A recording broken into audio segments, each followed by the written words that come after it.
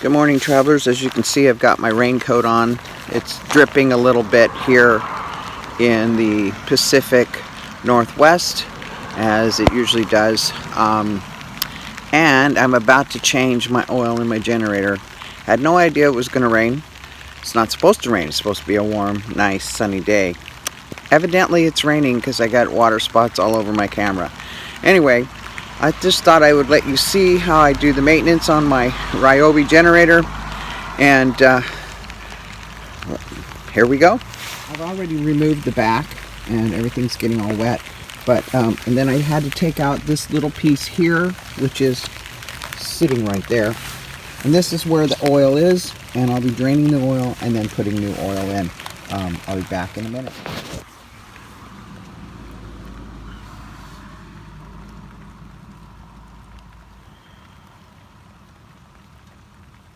As you can see, it's pretty black, it's pretty ugly. Really needed an oil change like quite a long time ago. Anyway, it's getting it now. You can see this is the Ryobi 1800 running watts, 2300 starting watts. It's Bluetooth. It does not start with the Bluetooth. It just, you can shut it off with the Bluetooth, but you can't start it. And you can see your total running hours with the Bluetooth. Bluetooth's as far as I'm concerned with this is a waste of extra money. You'd probably be better off buying the Harbor Freight one for half the cost of this one. However, the Ryobi should be a better generator than the Harbor Freight one. It doesn't have a cigarette lighter plug for a 12 volt. It's just got the two 110s, and then it has a couple USBs, and that's all it's got. It's got a display bar that when it's running you can see what it's doing.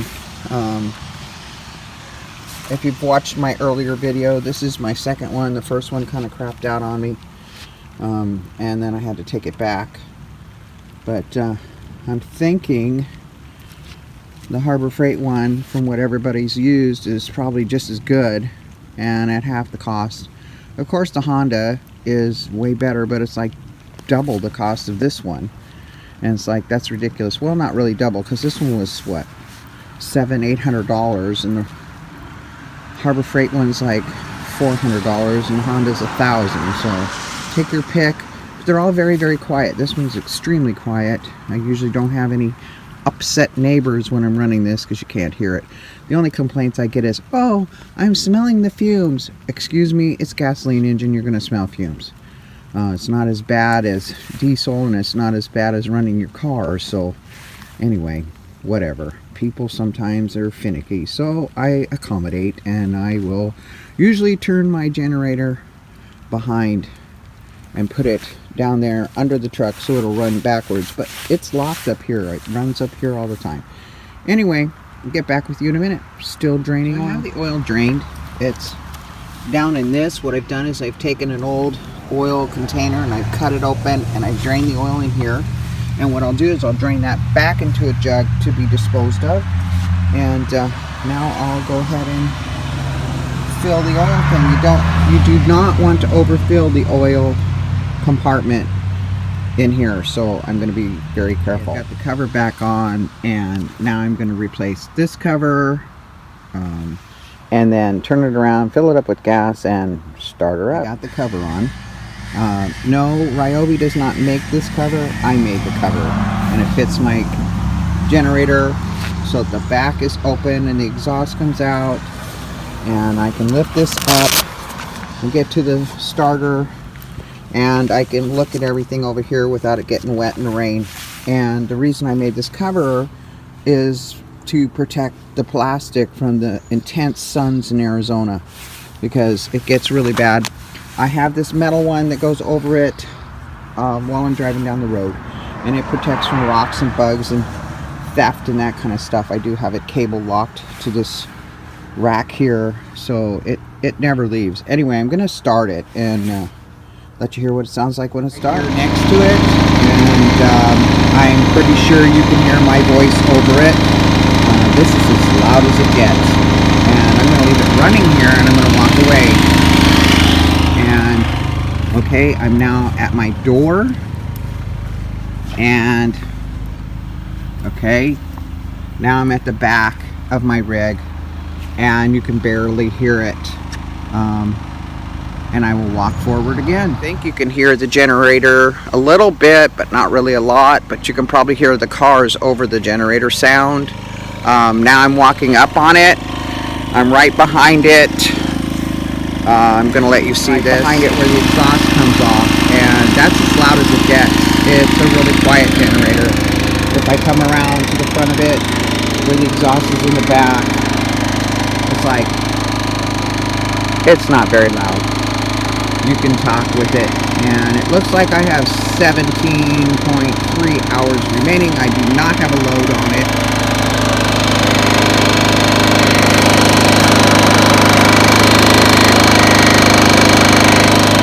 I didn't want to put a load on it until I got that oil all the way up into the motor. Changing your oil on the generator is very, very important. It's like the most important thing you can do to it. There's some other maintenance issues.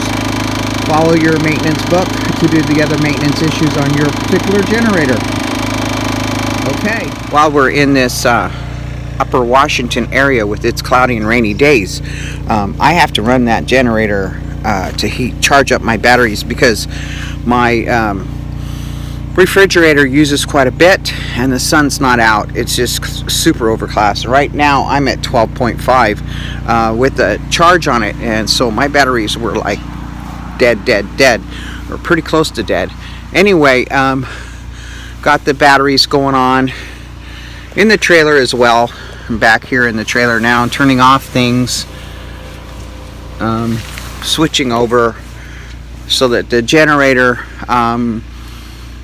will continue to charge the batteries in my trailer as well. They're at 12.6, so they're pretty low as well. Well, one set is at 12.6, the other one's pretty full. So I'm gonna have to show you this system one of these days. I'm not too awfully concerned with the lower batteries. It is what it is. I know you shouldn't drop your batteries down so low, but sometimes they just go low because of the sunshine.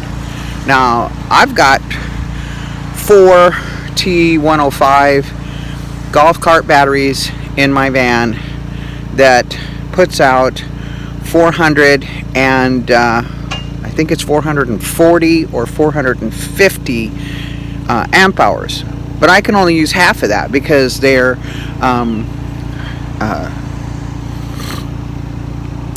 lead acid, so I can only use about half that power. So, and I'm running a 12 volt, not a 12 volt, a 110 apartment size refrigerator that uses 60 watts every time it turns on. It actually uses 100 to start, and then it drops down to 60 and runs at 60, but it runs quite a while to cool it off. And if you're in it and getting in it and open it up every blasted minute to get stuff, which I try really hard not to, you're going to use it. And I constantly run a fantastic fan, so it's running 24/7 off the batteries, and my inverter is running 24/7 off the batteries. I never turn it off. It's always running. It's under the stairs, so it's a little difficult to turn it off. So anyway, cloudy days and very overcast days like it is up here in the Northwest is not good for batteries. It's not good for your solar system at all, but they do work if you just want to give a little generator backup. I usually do about an hour and a half every day, which charges up my Ryobi batteries. So when they're charging, I charge the house batteries, I charge the bike, I charge everything I can charge when that generator's running. So I don't waste a little bit of that generator power. And like I said, I just run it about hour and a half a day. If it's super sunny, I don't have to run it at all. And I'm about ready to make another system where I will be able to charge my Ryobis without running that generator. So that'll be a plus. And I'll have power to spare in case we go low. I can plug the van into the trailer and have extra power there. So I'm about ready to change that out, because maybe some of you saw Aja's last video where she gave me a set of 4 golf cart batteries. So I will be putting those into Outback, and I will be purchasing a new inverter and charge controller, so I will be selling my Goal Zero Yeti 1200, which is a heavy beast. It's about 100 pounds. It has a 100 amp hour AGM battery inside, and it has an 85 amp hour backup battery.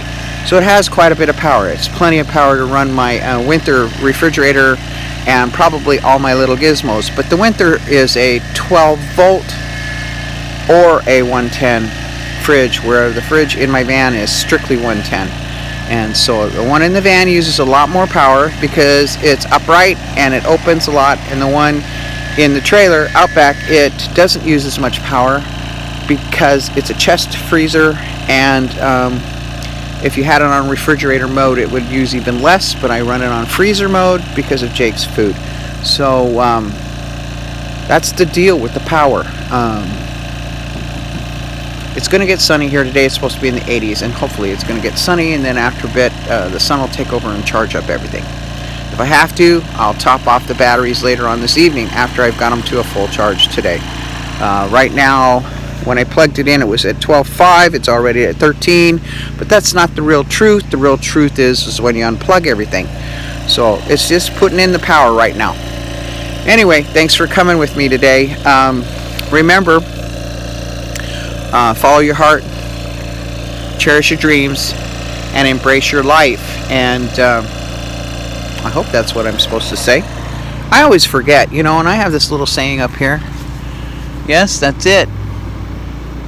Follow your heart, embrace your dreams, and cherish your life. I said that a little backwards, didn't I? Anyway, I always do that because I'm a little dyslexic. I forget what I need to say and screws things up. But anyway, you get the picture. Today's a nice day. It's nice and cool. This jacket's going to come off here really quick because it's warming up fast. Anyway, get out there and have fun. It is Labor Day weekend. Go and do something exciting. All right, we'll talk to you later. This video probably won't come out until a week or so. Anyway, talk to you later. Please subscribe, thumbs up, and thanks for your support. Thanks each and every one of you for your support.